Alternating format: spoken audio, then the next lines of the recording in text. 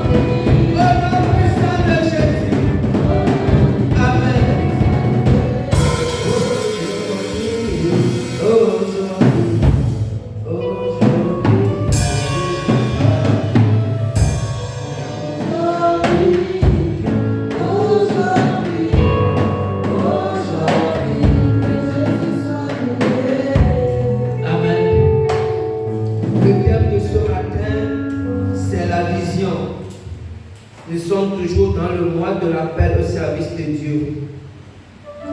Et le verset du mois, je nous rappelle, c'est Jean 15, verset 16. Jésus a dit, ce n'est pas vous qui m'avez choisi, mais c'est moi qui vous ai choisi et je vous ai établi afin que vous alliez et que vous portiez du fruit et que votre fruit demeure, afin que vous demandiez au Père à mon nom et vous donne. Amen.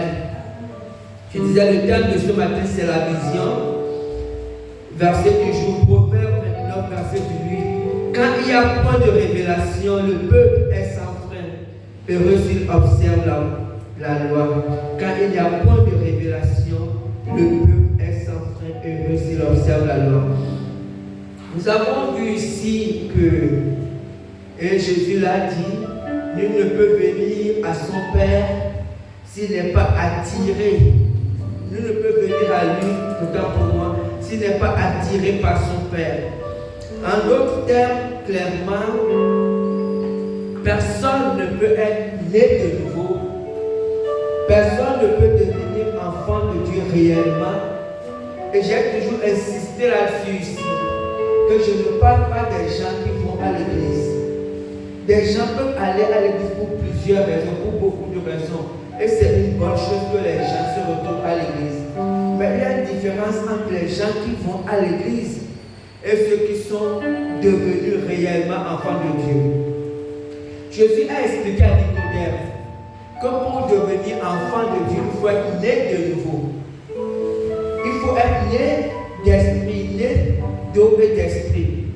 Et ce même Jésus a dit que personne ne peut être né de Dieu, d'eau et d'esprit s'il n'est pas auparavant, s'il n'est pas au préalable attiré par son Père. Vous comprenez? Donc clairement, lorsque quelqu'un devient chrétien, né de nouveau, il ne le devient jamais par hasard. Et ça veut dire aussi que quand quelqu'un devient chrétien, né de nouveau, Dieu a forcément une vision pour la vie de cette personne. Dieu n'a pas prévu que des hommes et des femmes viennent à l'église, viennent s'asseoir dimanche pour l'adorer, pour le louer, bien que ce soit une bonne chose et que leur vie s'arrête à ça. Lorsque Dieu appelle quelqu'un, Dieu a une vision pour cette personne, obligatoirement. Mais force est de constater que beaucoup d'entre nous n'accédons jamais à la vision de Dieu pour notre vie. Et ce matin, nous allons comprendre pourquoi. Beaucoup d'entre nous sommes sauvés, ça ce n'est pas la question. Et si Jésus vient, nous irons au ciel, ça ce n'est pas la question. Sauf que la plupart du temps, nous passons à côté du plan de Dieu pour notre vie, de ce à quoi Dieu nous a appelés, de ce que Dieu avait prévu pour la vie de chacun. Amen. Et ce matin, nous allons comprendre pourquoi cela arrive très souvent. Grand 1, qu'est-ce qu'une vision? Et comme le verset de base, quand il y a point de révélation, le peuple est sans frein. Ce verset veut dire en fait que quand il n'y a pas de vision, on tourne en rond. On n'a pas de direction. On est dans la routine parce qu'on n'a pas un objectif. Quand il n'y a pas de vision, on tourne en rond. En fait, la vision est une révélation de Dieu dans l'esprit de quelqu'un. C'est une direction que Dieu donne à quelqu'un. Dieu dit à quelqu'un, à un homme, à une femme, ce à quoi il l'a appelé. Et vous savez, cette vision qui est très importante ne devient pas une chose très importante dans la vie de la personne. Comprenons bien. Le travail est une chose très très importante dans la vie de quelqu'un. Le mariage est une chose très très importante dans la vie de quelqu'un. Les enfants, voilà les trois choses. On peut ajouter les maisons, les voitures, mais voilà les trois fondements. Le travail, le mariage, les enfants, c'est d'abord ça. Les choses les plus importantes dans la vie de quelqu'un. Mais la vision de Dieu ne vient pas s'ajouter à ces choses pour faire partie des choses très importantes dans notre vie. Non. En fait, la vision de Dieu est au-dessus de ces choses parce qu'elle détermine même le cours, la direction de notre vie. On doit comprendre ça. La vision de Dieu est le fondement de la vie d'un homme, de la vie d'une femme. Vous voyez, Moïse, avant d'être appelé par Dieu, il était dans le désert, il était un berger, il avait sa famille, il s'occupait de sa famille. Mais lorsque Dieu a appelé Moïse, on a vu que l'appel de Dieu a totalement déterminé sa vie. Moïse a quitté là où il était son désert, comprenez, et il est allé en Égypte, et après l'Égypte, il est revenu dans le désert, a conduit le peuple de Dieu. Donc, cette vision a complètement été devenue le leitmotiv, le moteur de sa vie. Voilà ce qu'est la vision. Tout simplement. Donc, lorsqu'on n'a pas de vision, on est un chrétien, c'est vrai, mais on fait des choses, mais en réalité, beaucoup, je peux même dire 90%, on ne pas 95% des chrétiens passent à côté de la paix de Dieu pour leur vie. Et on a souvent l'impression de nous appeler à venir à l'église. C'est pour ça que des fois, la vie chrétienne devient difficile ou devient ennuyeuse parce qu'en réalité, on tourne en rond, on est dans une routine. Il est important de recevoir une vision de Dieu. Amen. Grand 2. Comment recevoir une vision? Comment recevoir une vision? La Bible montre 3 façons.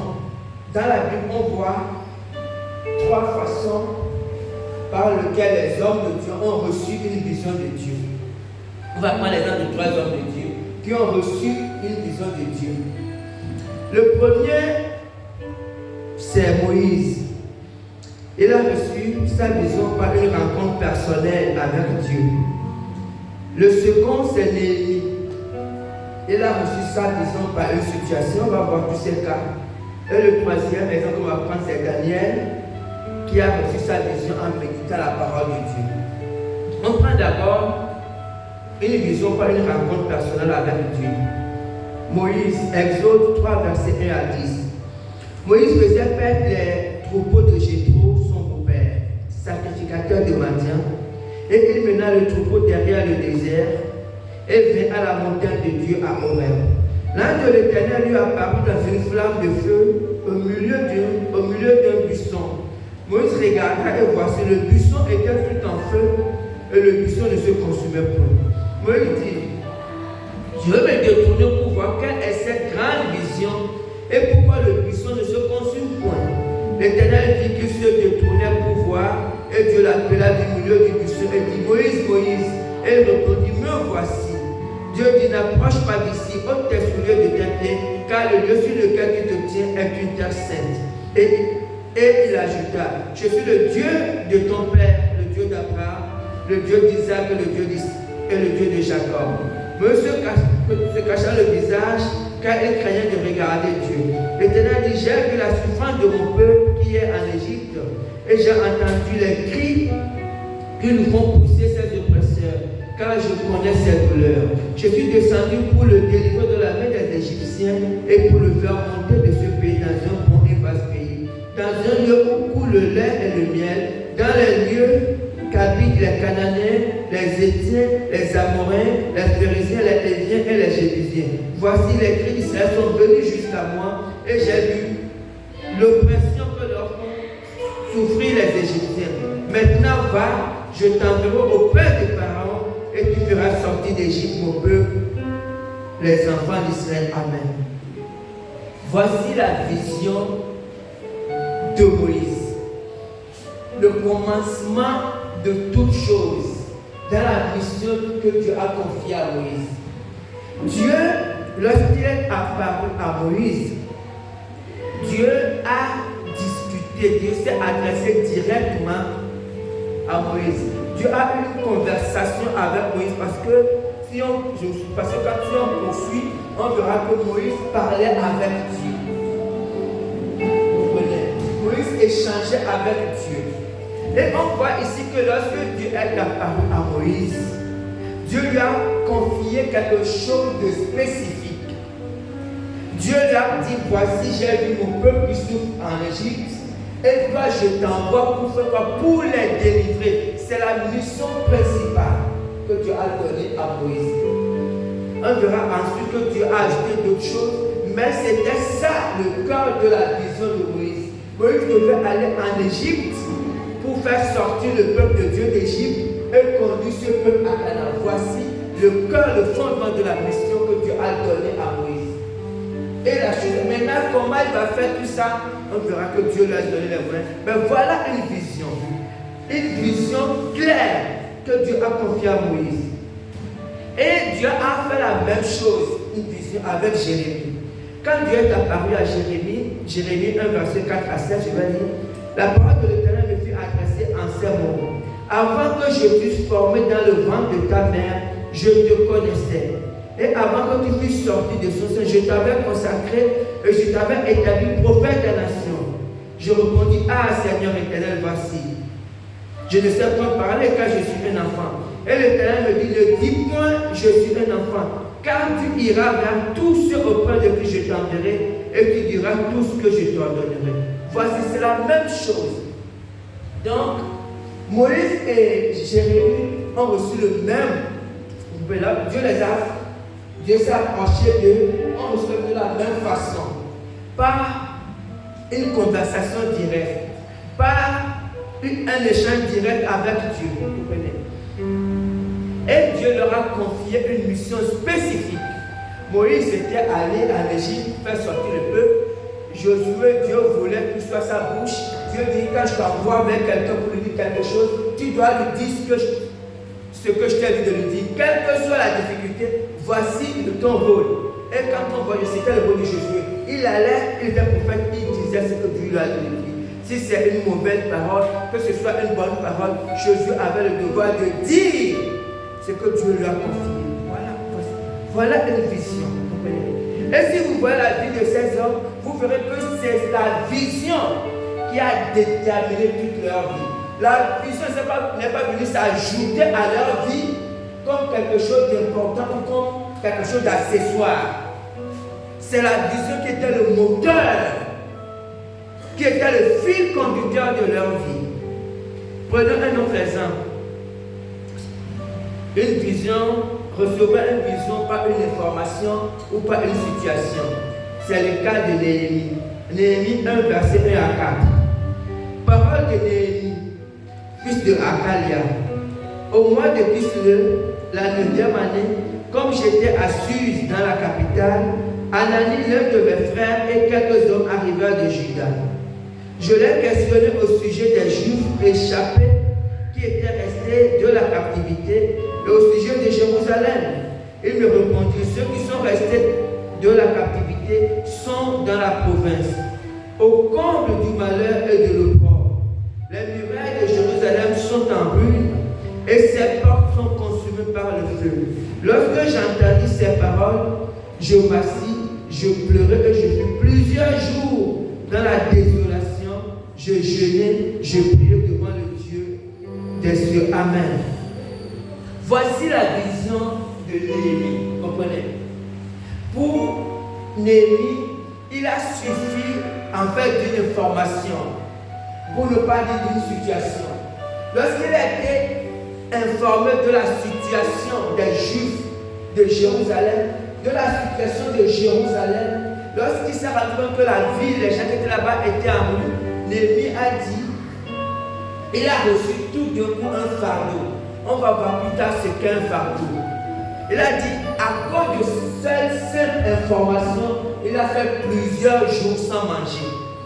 Il a fait plusieurs jours dans la prière, dans le jeu de la prière, parce qu'il a été tellement bouleversé. En fait, il venait de recevoir une vision de Dieu. Et si on lit toute sa vie, on verra après que seulement à partir de cette information, il a fait beaucoup de choses. Et il est parti, il a rebâti les murailles de Jérusalem. Prenons notre troisième exemple, recevoir une vision par la méditation de la parole de Dieu. C'est le cas de Daniel. Daniel 9, verset 1 à 4. La première année de Darius, fils d'Assyrus, de la race des Mèdes, lequel était devenu roi du royaume des Chaldéens, la première année de son règne, moi, Daniel, je vis pas les livres qui devaient s'écouler 70 ans pour les ruines de Jérusalem, et d'après le nombre des années dont l'Éternel avait parlé à Jérémie le prophète, je tournais ma face vers le Seigneur Dieu afin de recourir à la prière et aux supplications, en jeûnant et en prenant le sac et la cendre. Je priais l'Éternel mon Dieu, je lui fis cette confession: Seigneur, Dieu grand et redoutable, toi qui gardes ton alliance et qui fais miséricorde à ceux qui t'aiment et qui observent tes commandements. Amen. Voilà, si le cas de Daniel, je m'arrête aussi pour ne pas descendre, et vous verrez que quand Daniel a lu, il était en train de méditer, et il s'est rendu compte d'une situation spirituelle. Il s'est rendu compte que le peuple d'Israël était parti en esclavage, en domination chez les Chaldéens à Babylone. Et Daniel s'est rendu compte que les 70 années que Dieu avait données comme temps d'esclavage, Jérémie le prophète justement dont on a parlé, avait dit que le peuple serait esclave pendant 70 ans. Quand Daniel s'est rendu compte que les 70 années étaient déjà écoulées, il a dit que dès qu'il a reçu cette information, il a commencé à rentrer aussi dans le jeu. En fait, il a fait exactement comme Néhémie, et il a passé plusieurs jours, il a passé 21 jours dans le jeu avant que Dieu ne réponde. Voici une autre vision. Et ces visions ne sont pas pareilles, parce que pour Daniel, c'était une vision qui a duré un temps, 21 jours. Et si on étudie bien la Bible, on se rend compte que c'est à cause de la prière de Daniel que Dieu a suscité plus tard Néhémie. Vous comprenez? Daniel a fait un travail dans la prière, et après d'autres ont pris le relais. Mais voilà en quoi consiste une vision, vous comprenez? Et mais ce qui est fondamental dans ces trois exemples, que ce soit Moïse, que ce soit Néhémie, ou que ce soit Daniel, ou Jérémie ou d'autres personnes, vous verrez que Dieu leur a confié une vision. Et ces personnes ont chamboulé toute leur vie pour la vision de Dieu. Mais ce qui est fondamental, c'est que ces personnes, en réalité, étaient déjà totalement consacrées à Dieu. C'est le point de départ. Dieu ne peut jamais confier une vision à un homme, à une femme qui, à la base, n'est pas totalement consacrée à lui. Parce que la vision demande que toute la vie soit chamboulée. La vision demande beaucoup de sacrifices. Quand on lit Colossiens 3, versets 1 à 3, si donc vous êtes ressuscités avec Christ, recherchez les choses d'en haut, où puisse être assis à la droite de Dieu. Affectionnez-vous aux choses d'en haut et non à celles qui sont sur la terre. Car vous êtes morts et votre vie est cachée en Christ. Le fond du problème ou la difficulté que nous avons aujourd'hui, c'est parce que nous ne nous affectionnons plus aux choses d'en haut. Dieu a une vision pour un homme. Dieu a une vision pour une femme. Mais nous ne sommes plus à même de porter la vision de Dieu. Parce que pour que Dieu nous confie cette vision, il faut que nous soyons dans une disposition d'esprit. Comprenez? Mais lorsque Dieu vient vers nous, Dieu voit que nous sommes tellement distraits par beaucoup de choses. Ou sur le plan où nous sommes dans le péché, où nous ne sommes pas consacrés. Il y a tellement de choses qui occupent notre vie lorsque Dieu vient. Ce qui fait que la plupart d'entre nous, je dis la plupart, la grande partie de notre génération, dans l'église d'aujourd'hui, je dis peut-être 95, même plus, % des chrétiens n'arrivent pas à recevoir de vision de la part de Dieu. Nous sommes chrétiens, certes. Nous aimons Dieu, c'est vrai. Mais toute notre vie, c'est de ça que Paul parle. Paul dit, car vous êtes morts et votre vie est cachée en Christ. Parce que toute notre vie n'est pas consacrée à Dieu. Nous sommes consacrés à Dieu pour certains à 10%, pour d'autres à 15%, pour d'autres à 20%, pour d'autres qui sont plus peut-être à 50%. Mais la majorité de notre vie, en fait, est consacrée à nous-mêmes, à nos intérêts. Ce qui fait que nous ne pouvons pas recevoir des visions. Même si on recevait une vision de Dieu, on ne saura pas la gérer. Parce que la vision de Dieu demande d'énormes sacrifices. Quelquefois, demande. Vous savez, tu peux être au Gabon bien installé, et puis Dieu te donne une vision, il te dit d'aller en Chine. C'est comme ça que les gens, par exemple, les missionnaires d'avant, les gens comme Ousmane Taylor, c'était des gens qui avaient des vies bien rangées. Ils étaient en Anglais, ils étaient en Angleterre tranquillement. Mais Dieu l'a envoyé en Chine, loin là-bas. Il a dû faire plusieurs, à l'époque il n'y avait pas d'avion, c'était les bateaux des navires. Faire plusieurs jours dans les navires pour se retrouver en Chine. Il ne savait pas parler chinois, il fallait qu'il apprenne à parler chinois. En fin de compte, c'est lui qui a établi les premières églises en Chine, vous comprenez? Voilà quelqu'un, quand il est mort, il n'avait pas grand-chose. Mais le seul héritage qu'il avait, c'était qu'il avait réussi à sauver des centaines de Chinois. Voilà l'héritage qu'il a eu. Sur la terre, il était un Anglais, il a pu vivre tranquillement. Un Anglais a gagné certains rangs à cette époque. Il a pu vivre tranquillement en Angleterre, il était instruit. Mais il a tout laissé derrière et il est parti. Il faut pas dire gaspiller sa vie en Chine. Parce qu'à la fin de sa vie, il avait une cafetière, rien de bricole. En tout cas, il n'avait rien sur la terre. Son seul héritage, mais à cause de lui, des centaines de milliers de Chinois ont accepté Jésus. Voilà un appel. Voilà une vision. Donc la vision de foi amène à faire beaucoup de sacrifices. Mais dans notre génération de chrétiens que nous sommes, il est compliqué, pour ne pas dire très compliqué même pour nous, d'accepter ce genre d'appel. Grand 3. Les 5 caractéristiques d'une vision. Les 5 caractéristiques d'une vision. Une vision est caractérisée par 5 choses. On va voir. La première chose, grand A, ce sont les éléments qui définissent cette vision. Grand A, les éléments de définition d'une vision. Une vision est définie par 5 ou 6 choses qui font que la vision existe. La première chose, c'est le but, le lieu et les ressources. Lorsque Dieu donne une vision, Dieu donne le but, toujours le but de la vision.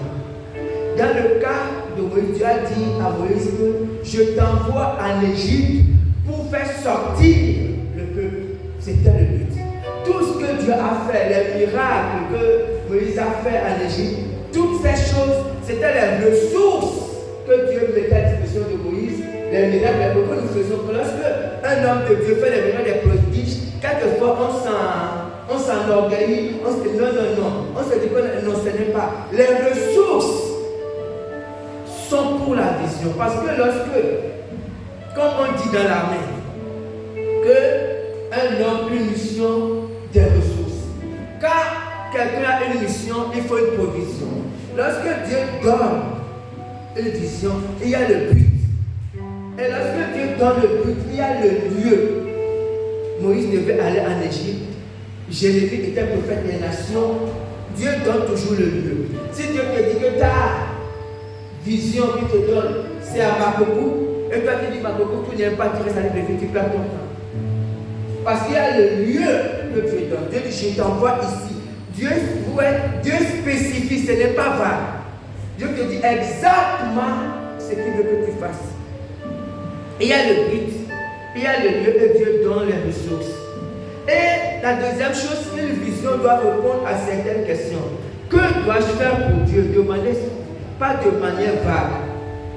Comment dois-je le faire? Où dois-je le faire et avec quelles ressources? Dieu prévoit toujours une provision. Venez. Et souvent, la plupart du temps, la vision de Dieu est irréalisable pour l'homme. Quand il dit pour l'homme, pas la force de l'homme. Lorsque Dieu donne une vision, comme le cas de Moïse, Dieu dit je t'envoie. Moïse a dit pardon, je ne vais pas là-bas. Dieu a dit je t'envoie parce que je serai avec toi. Parce que Moïse savait que de lui-même, il ne pouvait jamais se tenir devant Pharaon pour raconter n'importe quoi. Vous comprenez? Donc la vision est un idéal. Si comme Dieu a dit que ce n'est ni par la force ni par l'intelligence. Quand Dieu donne une vision, en réalité, la vision dépasse la capacité naturelle. Quand Dieu t'envoie dans un champ, comme nous disons au Rindo, pour faire des disciples, on ne peut jamais réussir à faire des disciples sans la force de Dieu. Et souvent, ce qu'on oublie, c'est qu'un chrétien ne peut jamais gagner un combat tant que le combat n'est pas d'abord gagné dans la prière. Aucune victoire n'est remportée tant qu'elle n'est pas remportée de la prière. Donc, toutes les victoires d'un chrétien doivent être d'abord remportées dans la prière et après, sur le terrain, on voit les choses se réaliser. La vision, comprenez, la vision de Dieu a une puissance. En fait, la vision de Dieu est comme un feu. Lorsque un homme, une femme de Dieu accepte une vision de Dieu, cette vision de Dieu est comme un feu qui brûle dans son cœur. Et cette vision finit par envelopper totalement la personne. Vous savez, lorsque tout à l'heure je parlais de Wilson Taylor, un Anglais qui a quitté l'Angleterre, un Anglais intellectuel d'une certaine classe, qui a quitté l'Angleterre pour aller se perdre en Chine. C'est parce que le feu de Dieu qui consumait dans son cœur était beaucoup plus important que toutes les autres choses. Aucun homme, aucune femme ne peut s'engager dans la vie de Dieu sans ce feu qui consume. C'est un feu qui consume. Quand un homme de Dieu, une femme de Dieu fait des sacrifices, il fait des jeûnes, c'est parce que, en fait, dans son cœur, il y a un feu d'amour de Dieu qui le consume. Et ce feu finit même pas engloutir totalement l'homme de vision. C'est pour que cette vision soit en fait la seule chose, ou du moins la chose la plus importante de sa vie. Mais la vision peut aussi mourir. Et malheureusement, beaucoup de visions meurent. La vision peut mourir à cause du péché. La vision peut mourir à cause de la désobéissance. La vision peut mourir à cause du manque de consécration. Dieu avait confié aussi une vision à Samson. Mais Samson a tué sa vision parce que, à cause de ses propres intérêts. Donc la vision, Dieu donne une vision à un homme et une femme. Mais la vision peut mourir. Ce n'est pas parce que c'est Dieu qui a donné. Parce qu'on pense que c'est parce que Dieu qui a donné un ministère que ça ne peut pas mourir. Non. Dieu donne une vision, un ministère, une charge. Mais ça peut mourir. Cette vision peut mourir si cet homme, si cette femme ne marche pas selon la volonté de Dieu. La deuxième chose qui caractérise une vision, c'est un fardeau. C'est que le fardeau, en fait, vient tout de suite après. Lorsque quelqu'un reçoit une vision et que cette vision n'est pas transformée en fardeau, alors cette vision meurt. Le fardeau, c'est ce feu dont je parlais, qui embrase la personne et qui pousse la personne à aller de l'avant. Romains 8, versets 35 à 36. Que nous séparera de l'amour de Christ? Serait-ce la tribulation ou l'angoisse, ou la persécution ou la faim, ou la nudité ou le péril, ou l'épée, selon qu'il est écrit, c'est à cause de toi qu'on nous met à mort tous les jours, qu'on nous regarde comme des brebis destinées à la boucherie. Voilà ce que Paul dit, que nous séparera de l'amour de Christ. Parce que cet amour pour Christ, ce feu d'amour de Dieu brûlait tellement dans le cœur de l'apôtre Paul qu'il ne voyait pas sur cette terre-là ce qui pouvait le séparer, ce qui pouvait faire en sorte qu'il renonce à Dieu. L'apôtre Paul ne voyait pas. En tout cas, pour Paul, cette chose n'existait pas. Pourquoi? Il était un homme, mais il y avait un feu qui brûlait dans son cœur. Et dans Acte 22, lorsque Paul était sur le chemin de Rome, il était en train d'aller à Rome.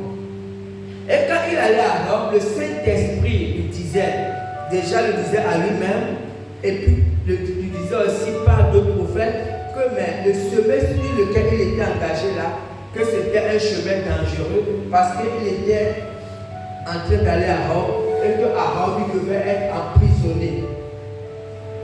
Et lorsque Paul se séparait des disciples, et qu'un prophète, il avait pris la ceinture de Paul et il avait expliqué la chose, plusieurs chrétiens disaient à Paul, non, ne va pas. Et Paul leur a dit que, mais pourquoi vous comportez-vous comme ça, je paraphrase, et que vous m'attristez? Paul dit, je n'ai pas peur d'aller à Rome, même de mourir comme si ma vie m'était importante, comme si ma vie comptait pour moi. La seule chose qui compte pour moi, c'est que je puisse remplir l'appel que Dieu m'a donné. Voilà en quoi consiste le fardeau. Vous savez, c'est le fardeau qui fera en sorte qu'un chrétien va se lever à 2h ou à 3h du matin pour prier. Surtout en ce moment de fraîcheur où le sommeil est très bon. Pourquoi il se lève à 2h? Parce qu'il sent dans son cœur comme un feu. Comprenez? Et même si le sommeil est très bon, il se lève parce qu'il sent qu'il doit prier. Ça, c'est le fardeau. Parce qu'aucun homme naturel ne peut abandonner son sommeil pour dire qu'il va prier alors que le sommeil est si bon.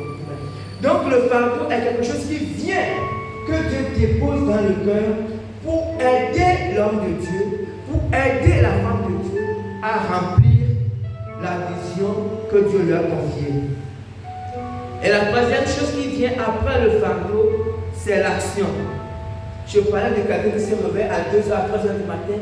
Ça, c'est voilà une action qui est posée. Le fardeau amène à poser l'action. Jean 2, versets 14 à 17. Il trouva dans le temple les vendeurs de bœufs, de brebis et de pigeons, et les changeurs assis.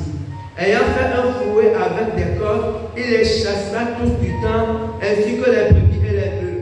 Il dispersa la monnaie des changeurs et renversa les tables. Il dit aux vendeurs de pigeons, ôtez cela d'ici. Ne faites pas de la maison de mon père une maison de trafic. Celle-ci se souvient qu'il était écrit, le zèle de ta maison me dévore. Voilà, c'est un zèle qui fait en sorte que ce feu qui est dans le cœur se transforme en action et le chrétien pose des actes pour la gloire de Dieu. Il ne fait pas l'œuvre de Dieu avec nonchalance quand c'est dimanche où il a envie de réfléchir et que de aller à l'église. Non. Il court parce qu'il y a un feu d'amour qui brûle dans son cœur pour Dieu. La vision doit évoluer, elle est évolutive parce que la vision a la vie en elle-même. Et comme tout ce qui a la vie, où la vision grandit, où la vision diminue. Mais si justement cet homme, cette femme de vision passe du temps dans la prière, parce que c'est dans la prière que la vision grandit. C'est la prière, c'est la communion avec Dieu qui nourrit la vision. Et plus on passe dans la prière, plus cette vision grandit, ça prend comme ça grandit, et cette vision devient de plus en plus forte. C'est pour ça que la prière est importante. J'ai envie de dire indispensable. Quand on n'est pas un homme de prière, quand on n'est pas une femme de prière, on aura beaucoup de mal à mener à bien une vision, même si elle est de Dieu. On aura beaucoup de mal, parce que la vision a besoin d'être nourrie par la communion avec Dieu. Et on va terminer avec la dernière chose, c'est l'énoncé de la mission. L'énoncé de la mission qui est très très important. La vision, comme je disais, est un idéal. Est ce que Dieu nous demande de faire. Comprenez? Et la mission devient notre raison de vivre. Lorsque on veut définir la mission, c'est à partir de la vision, parce que Dieu nous dit de faire quelque chose. Et la mission, c'est on dit clairement notre intérêt. Disons que ça définit même notre raison de vivre. Parce que la mission doit se dire pourquoi. Si je prends l'exemple, prenons d'abord, je prends l'exemple de Moïse et de Jérémie pour lui faire comprendre ça. À un moment donné, la raison de vivre de Moïse était de faire sortir le peuple juif de l'Égypte. Et quand Moïse a rempli cette mission, il n'a pas réussi à les amener à Canaan. Il les a amenés à chemin. Josué a pris le relais. Mais c'était la raison de vivre de Moïse. On aurait pu dire maintenant, si Moïse n'existait pas, Dieu aurait pu trouver quelqu'un d'autre. Mais voilà la mission techniquement. Jérémie, à un moment donné, sa raison, c'était d'informer le peuple. Et quand on voit Jérémie, il informe, il disait aux gens, si vous voulez avoir la vie sauve, je vous conseille d'aller vous livrer vous-même à Babylone. C'est ce que Josué disait aux Juifs. Il dit parce que ceux qui vont rester dans cette ville et qui auront, comme dit la Bible, préservé leur vie, tous ceux-là vont mourir, c'est ce qui est arrivé. Tous ceux qui sont partis en captivité, comme Néhémie, ils étaient comme Daniel, ils étaient en captivité, mais ils ont évolué là-bas. C'était une terre étrangère. Mais tous ceux qui étaient à Jérusalem, la vie, étaient dans la désolation, beaucoup sont morts. C'était la raison de vivre un moment de Jérémie. Lorsqu'on reçoit une mission de Dieu, lorsqu'on reçoit une vision de Dieu, cette vision devient notre raison de vivre en fait. Et on doit se demander quelle est notre raison d'être. Et qu'est-ce qui nous distingue de spécifiquement d'une personne. Si je reprends sur le point de l'église, qu'est-ce qui nous distingue d'une autre église? Qu'est-ce qui fera en sorte qu'un chrétien ou quelqu'un qui va aller à l'église choisisse de venir chez nous alors qu'il leur paye dans une autre église. Pourquoi obliger quelqu'un à venir chez nous alors qu'il aurait pu aller ailleurs? Vers qui Dieu nous envoie? Quelle est la population cible? Vous savez, si on ne détermine pas ces choses-là, on ne peut pas remplir sa mission. Parce que quand on définit ces choses, on définit après une stratégie. Même pas parler de ça aujourd'hui. Donc, lorsqu'on a une vision, il faut forcément avoir l'énoncé une mission. Clairement, qu'est-ce que nous on apporte concrètement? Ou qu'est-ce qu'on doit apporter? Dieu, qu'est-ce que Dieu nous appelle à apporter aux gens concrètement? Vous savez, c'est les choses et on doit pouvoir répondre à ces questions de façon claire. Si on ne sait pas ce que Dieu nous appelle à apporter aux hommes et aux femmes, on va dire aux gens que Dieu veut les sauver, ce n'est pas faux. On va prêcher l'évangile, ce n'est pas faux aussi. Mais beaucoup prêchent l'évangile, comprenez? Donc à un moment donné, il faut définir, il faut connaître spécifiquement ce que Dieu veut qu'on fasse pour pouvoir bien le faire. C'est très important. Je lis quelque chose.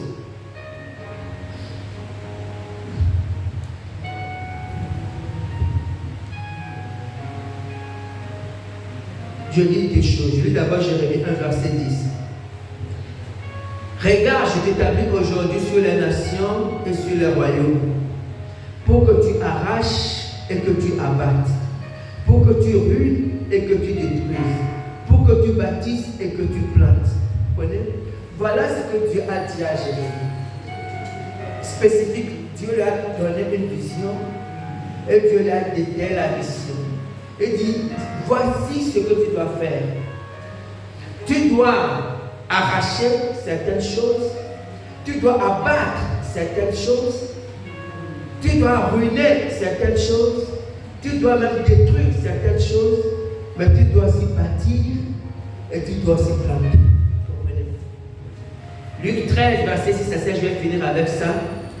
Il dit aussi cette parabole. Un homme avait un figuier planté dans sa vigne. Il vint plus chercher du fruit et il n'en trouva point. Alors il dit au vigneron, voilà 3 ans que je viens chercher du fruit à ce figuier. Et je n'en trouve point. Coupe-le. Pourquoi occupe-t-il la terre inutilement? Pourquoi occupe-t-il la terre inutilement? Voilà la question que le Saint-Esprit pose aujourd'hui à chacun. Est-ce qu'on occupe la terre inutilement? Ou est-ce que nous sommes des figuiers qui portons du fruit? Ou est-ce que nous sommes des hommes et des femmes qui faisons ce à quoi Dieu nous a appelés? Amen. Et que Dieu bénisse sa parole.